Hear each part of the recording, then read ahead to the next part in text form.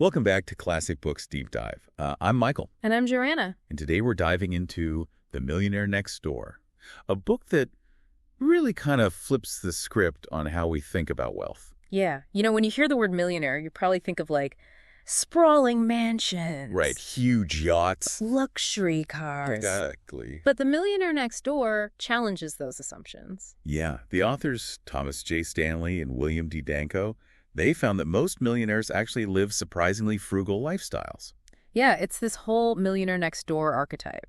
And they prioritize building net worth, so the value of their assets minus liabilities. Over just displaying their wealth. Right. They understand that true wealth, it isn't about appearances, it's more about financial security and freedom. And that's such an important distinction. Yeah. Because the book even highlights this millionaire, Johnny Lucas, who built a successful janitorial business, but never spent more than $399 on a suit. Wow. Can you imagine? It's wild. It's a great example of how frugality can be such a key ingredient to building wealth. Yeah. The authors actually identified 7 common factors among those who successfully build wealth. Okay, 7 factors. Tell me more.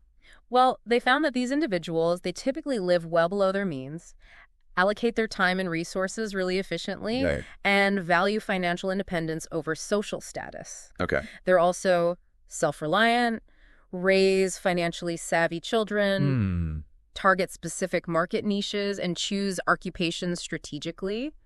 So it's not just about earning a lot of money. Yeah. It's about having a certain mindset. Yeah. Making deliberate choices. Absolutely. And one of the core principles that they emphasize is frugality. Right. They actually illustrate this with the story of Mrs. Rule, a millionaire auctioneer. Okay, I'm intrigued. Tell me about Mrs. Rule. So Mrs. Rule diligently plans and budgets her expenses. Okay. Even though her income fluctuates, which is common with auctioneers. Right. She's always thinking about what they call in the book planned expenditures. Okay. So she anticipates her expenses. And so even when her income varies, she's still in control. Gotcha. And this allows her net worth to steadily increase over time. So she's not just reacting to her income, Yeah. she's proactively managing her money. Precisely. Okay. And this brings us to a concept that's particularly relevant, the under-accumulator of wealth, or UAW. Okay. The UAW. So what does that mean? Think of it this way. The UAW is often someone with a high income, Okay. but they prioritize spending over investing. Right. They might have all the outward signs of wealth, the big house, the fancy car, Yeah. but their net worth is surprisingly low Yeah. because they're trapped in the cycle of spending to maintain their lifestyle. So they're essentially living paycheck to paycheck, even though they might be earning a substantial income. It's a trap that's so easy to fall into. Especially in a society that equates success with material possessions. Absolutely. I'm starting to think we could all probably learn a thing or two from this book, even if we're not aiming to become millionaires. Right? It's about making conscious choices about how we manage our money. Yeah. And understanding that true wealth is about building that solid financial foundation, not just keeping up with the Joneses. And the book gives some really compelling examples of this, like the story of Teddy Friend. Okay, Teddy Friend, tell me more. So Teddy, he learned high consumption habits from his parents, and now he struggles to break free even though he's got a good income. He's constantly working hard, but it's just so that he can spend more, never really getting ahead. That's a cautionary tale. How many of us might be falling into similar patterns without even realizing it? It's a good question to ask yourself, right? Yeah. The book really challenges us to examine our own relationship with money and our spending habits. I think that's a great starting point for anyone who wants to improve their financial well-being. Absolutely. Now, if someone finds themselves in that UAW trap, how do they break free? How do they break free? Right. That's the question. The book highlights the power of planning and controlling your consumption. Remember, you're in the driver's seat when it comes to your finances. So it's about taking control and making deliberate choices. Exactly. The book contrasts these two doctors, Dr. North and Dr. South, both with similar incomes. Dr. North, a meticulous planner who tracks his expenses and budgets carefully, is a paw. A prodigious accumulator of wealth. On the other hand, Dr. South, with his uncontrolled spending, is a UAW. The contrast between them shows that it's not just about how much you earn, but how you manage what you have. So mindset plays a huge role here. Absolutely. And it's never too late to start cultivating that PA mindset. Okay. The book suggests practical steps, like keeping track of your expenditures, setting up a budgeting system. They even highlight the importance of planning how you use your credit cards. Oh, interesting. And striving to invest at least 15% of your pre-tax income. That's that 15% rule. So even small changes in how we approach our finances can make a big difference over time. Exactly. It's about building those good habits and making choices that align with our long-term financial goals. Now, we've talked about the individual's role in building wealth. Yeah. But the book also delves into the impact of family finances. Specifically, this thing called economic outpatient care, or EOC. Yes. EOC refers to the substantial financial support that parents sometimes provide to their adult children. Okay, so what are the potential downsides of EOC?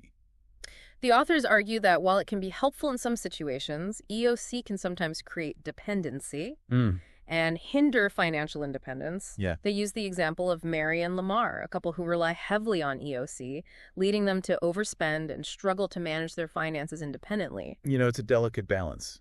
It is. Wanting to help your children, but also wanting them to become self-sufficient. Absolutely. And it makes you think about the long-term effects of financial help. Right. Both for the giver and the receiver. It seems like the book is encouraging a sense of responsibility and self-reliance when it comes to managing money. Absolutely. And that ties back to their emphasis on net worth as the true measure of wealth, not just income or how much support you receive from others. So it's about building a solid foundation for yourself regardless of your circumstances. Exactly. Now, speaking of net worth, there's this fascinating story in the book about an IRS agent who learned something surprising about high-income earners. Okay, I'm all ears. Come. What did the IRS agent discover? He found that many high-income earners actually have surprisingly low net worth because of their lavish spending habits. Even with a big salary, you can still be on shaky ground if you're not managing your money wisely. So even earning a lot doesn't guarantee financial security if you're not careful about how you manage it. That's right. And this also highlights the tax advantages of building wealth through investments. Right. Rather than solely relying on a high income. That's an interesting point. So the book is advocating for a multifaceted approach to building wealth, not just focusing on earning a lot. Exactly. It's about being smart with your money, investing wisely, and focusing on building long-term financial security. It's a holistic approach. It is. Considering everything from spending habits to mindset to investment strategies. And they also delve into the role of upbringing and role models in shaping our financial habits. You know, that's something I've always been curious about. How much of our financial behavior is learned versus innate? The book argues that our upbringing and the financial habits of those around us, especially our parents, play a significant role in how we approach money. Okay. They share the story of Mr. Allen, a self-made millionaire who credits his financial success to the values of security and independence instilled in him by his upbringing. Okay. He learned the importance of saving, investing, and living below his means from a young age. So even if we didn't grow up with the best financial role models, it's possible to learn and develop those habits later in life. Absolutely. It's never too late to start making changes and building a more secure financial future for yourself. Okay. Now, we've covered a lot of ground. But we still have much more to explore in The Millionaire Next Door. And that's a perfect transition to part 2 of this deep dive. We'll be back to discuss how the millionaires next door handle inheritance, the potential pitfalls for heirs, and their insights on navigating the complexities of wealth transfer. Stay tuned, everyone. We'll be right back after a short break. Welcome back to Classic Books Deep Dive. Before we went to break, we were just starting to discuss how The Millionaire Next Door tackles the topic of inheritance. You know, it's a topic a lot of people are curious about. Yeah. And the book offers some really surprising insights. It does. What struck me is that inheriting wealth doesn't automatically equal financial success. Right. It can actually backfire sometimes. It can. You're right. Yeah. It might seem counterintuitive, but a sudden influx of wealth without the right mindset or financial habits can lead to some really poor decisions. Yeah. The book even highlights this case where someone inherited a significant sum of money but ended up losing most of it due to a lack of discipline and financial knowledge. So financial literacy is crucial regardless of how you come into wealth. Absolutely. And, when we look at how the Millionaires Next Door approach inheritance, both as givers and receivers, they tend to be very strategic about it. Okay. So it's not just about passing on a fortune. It's about instilling the right values and habits. So it's that teach person to fish philosophy in action. Exactly. They focus on teaching their children how to manage money responsibly from a young age, rather than just handing them a lump sum later in life. Okay, so when it comes to actually distributing their wealth, do they have any specific strategies? They often use trusts and other tools to ensure that the money is used wisely, and it doesn't create a sense of entitlement or dependency in their heirs. Okay. It's about preserving the wealth and using it to empower future generations. That makes sense. Yeah. Now, the book also talks about the role of professional advisors, like estate attorneys and accountants, right? They do. They emphasize the importance of having a team of trusted advisors who can help you navigate the complexities of estate planning and inheritance taxes and wealth management. So it's not just about the money itself, but about having the right structures and guidance in place to ensure that inheritance is a positive force, not a burden. Precisely. Okay. And, they offer some specific advice for affluent parents who are planning their estates. Okay, what kind of advice? Things like not revealing their wealth to their children too early, transferring wealth gradually rather than all at once, and encouraging financial self-reliance over dependency. So it's about setting the right expectations and empowering children to become financially responsible adults, regardless of their inheritance. Exactly. And when it comes to receiving an inheritance, they urge heirs to be thoughtful and strategic. Avoid making rash decisions, seek professional advice, and focus on using the money to build long-term financial security rather than indulging in short-term gratification. So be a responsible steward of the wealth that's been entrusted to you, not taking it for granted or viewing it as a free pass to a life of luxury. And they also point out that receiving an inheritance can sometimes bring up emotional complexities like guilt or obligation or even resentment. Right. It's important to acknowledge these feelings and, seek support if needed. Yeah, it's a good reminder that inheritance is not just a financial matter, but an emotional one as well. It is. It can really impact family dynamics. It can. Now, shifting gears a bit, the book also delves into the world of high-income earners who aren't wealthy. They analyze why some people, despite earning substantial incomes, struggle to accumulate wealth. It goes back to that concept of the UAW, the underaccumulator of wealth. Yeah. Even with a high income, if you're constantly spending it, you won't build wealth. Precisely. They present a case study of Sharon, a high-income healthcare professional who's surprised by how little wealth she's accumulated despite her impressive salary. Her story seems like it could be a wake-up call for a lot of people. It could. Sharon's household earns a whopping $220,000 annually, which puts her in the top 1% of income earners in America. Okay. However, her net worth is only $370,000. Okay. Significantly lower than it should be given her age and income. That's a huge disconnect between income and net worth. Right. It sounds like she's making a lot of money but not keeping much of it. Exactly. The book attributes this to her high consumption lifestyle and a lack of focus on investing. They contrast her with Barbara, who also earns $220,000 per year, but has a net worth of over $3.5 million. That's a striking difference. What sets Barbara apart? Is it just luck? Not at all. Barbara, unlike Sharon, is a paw, a prodigious accumulator of wealth. Okay. She diligently tracks her expenses, plans her budget, and makes investing a priority. So even with the same income, their financial outcomes are vastly different because of their spending and investing habits. It all comes back to those choices we make and the habits we cultivate. Right. The book emphasizes that being mindful of your spending, even when you're earning a high income, and having a disciplined approach to investing can make all the difference. It's a great reminder that building wealth isn't just about earning a lot. It's about managing that money wisely and making it work for you. Absolutely. And to illustrate this point further, they include a case study of a conversation between an IRS agent and his manager. Okay, I'm really curious now. What's this conversation about? So the IRS agent, Bob, is tasked with understanding why their tax revenue isn't keeping pace with the growing millionaire population. That seems counterintuitive. You'd think more millionaires would mean more tax revenue. That's what Bob thought, too. Yeah. But his manager, John, explains that while the number of wealthy people is increasing their income tax contributions aren't rising proportionally. So how are the wealthy managing to keep more of their wealth even as their numbers grow?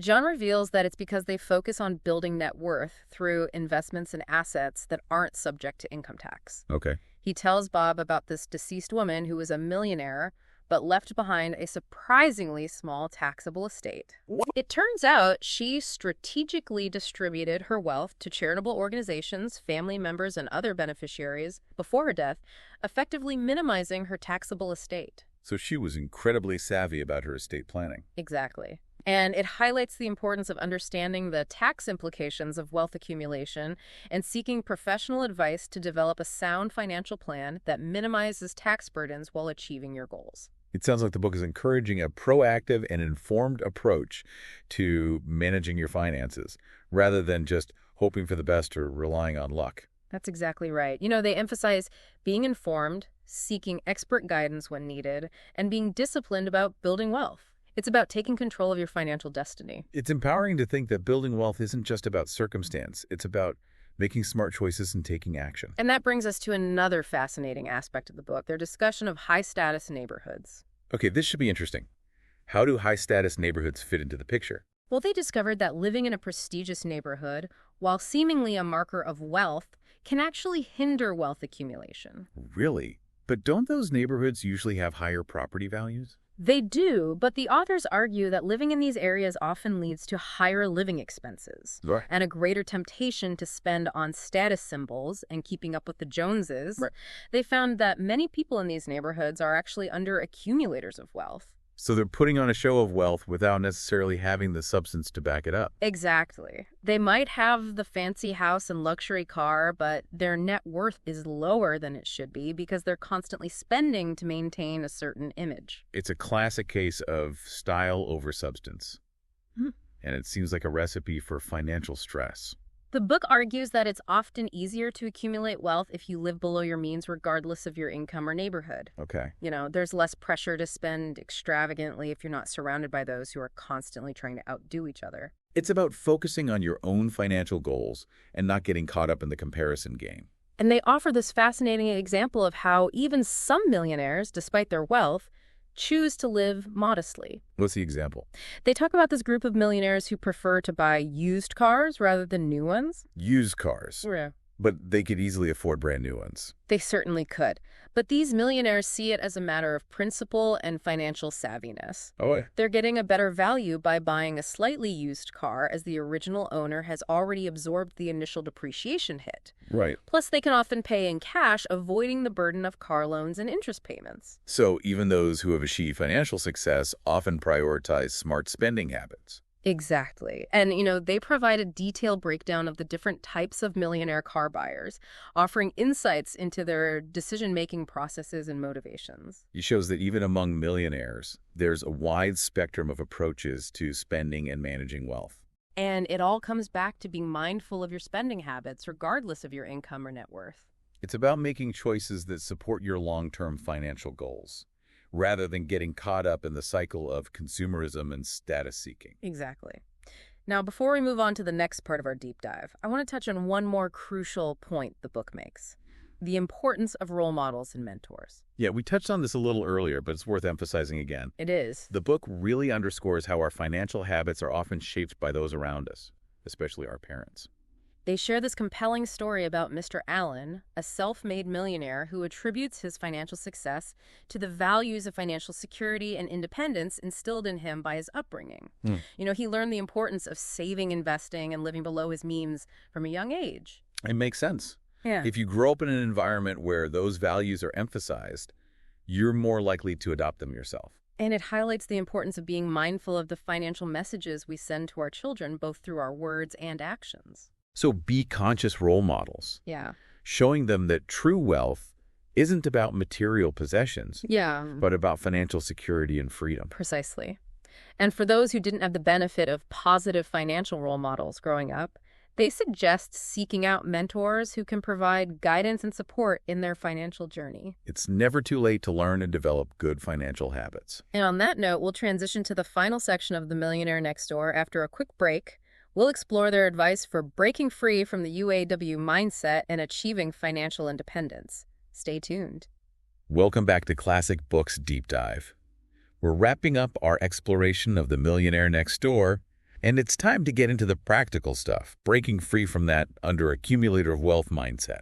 You're right. It's one thing to understand the principles, Yeah. but actually putting them into practice, that's where the magic happens. The authors provide a whole toolkit of strategies for shifting your mindset and developing habits that lead to wealth accumulation. Okay, I'm ready to unlock that toolkit. Mm-hmm. What are some of their top recommendations? Well, they start by emphasizing the importance of self-awareness. You need to understand your current financial situation, your spending habits, and just like your overall attitudes towards money before you can make any real changes. Right. It's like taking inventory. Yeah. Before you embark on a journey. Exactly. And once you have that clarity, they suggest setting clear financial goals. Okay. What do you want to achieve? Financial independence, early retirement. Yeah. A comfortable nest egg for your children's education. Hmm? Having a clear target in mind can be incredibly motivating. It's like having a destination on a map. Yeah. It helps you stay focused on the journey. Right. Even when there are detours or distractions along the way. Precisely. Yeah. And speaking of staying on track, they also stress the importance of developing a detailed budget. Okay. It might not be the most exciting task. Right. But a budget, it acts as a roadmap for how you're going to allocate your money. Right. It makes sure that you're prioritizing saving and investing over frivolous spending. We talked earlier about that 15% rule. Yes. Aiming to invest at least 15% of your pre-tax income. Exactly. Having a budget can really help you achieve that. Absolutely. And to make sticking to your savings plan even easier, they recommend automating your savings. Okay. Setting up automatic transfers from your checking account to your investment accounts can really take the guesswork out of it. It's like putting your savings on autopilot. Exactly. You remove the temptation to spend that money impulsively. They also encourage being more mindful of spending habits. Okay. Particularly when it comes to those big ticket items like cars and houses. So it's not about depriving yourself. No. But about making conscious choices that align with your financial goals. Right. They provide some great tips for becoming a savvy consumer, like negotiating prices, shopping around for the best deals, and resisting the allure of those status symbols that don't truly add value to your life. Yeah, being a smart shopper can have a significant impact on your overall financial picture. Absolutely, it can. They also encourage you to think of your time as a valuable resource. That's an interesting concept. How does time relate to building wealth? They argue that we should be as mindful of how we spend our time as we are of how we spend our money. Okay. They suggest focusing on activities that generate income or contribute to our long-term goals, rather than wasting time on unproductive pursuits. So be intentional with how we allocate our time and energy. Yeah. Making sure it aligns with our priorities. Exactly. And they also talk about the importance of continuously learning and improving our financial literacy. The more you know about managing your money, the better equipped you'll be to make informed decisions. So it's about taking ownership of your financial well-being and not being afraid to seek out resources and knowledge. And a final piece of advice that I think is really important is their emphasis on enjoying the journey. Okay. Building wealth, it can feel like this long and challenging process. Yeah. But they remind us that it's not just about the destination. It's about finding fulfillment and meaning in the process. Exactly. It's about making choices that align with your values and enjoying the fruits of your labor and using your wealth to create a richer and more meaningful life for yourself and those you care about. I think that's a perfect way to wrap up our deep dive into The Millionaire Next Door. It's been an eye-opening exploration of the habits, the mindsets, the strategies of those who've achieved financial success. It really has. And I hope our listeners have gained some valuable insights that they can apply to their own lives. Absolutely. What resonated most with you from this deep dive? What are your biggest takeaways? We would love to hear your thoughts and experiences. Share them with us on our website or social media. Until next time, happy reading and happy wealth building.